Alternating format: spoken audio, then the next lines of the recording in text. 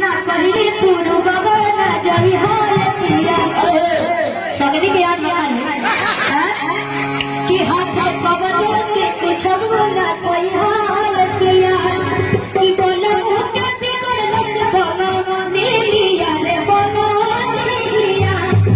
कि चित बदले क्रिया के मजा लस रे बना ले लिया कि मना करी पूर्ण बाबा ना जाई हाल किया के पवन के कुछ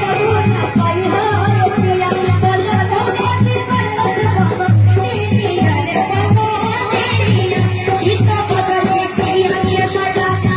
लस रे बना ले लिया चित बदले क्रिया के मजा या बोले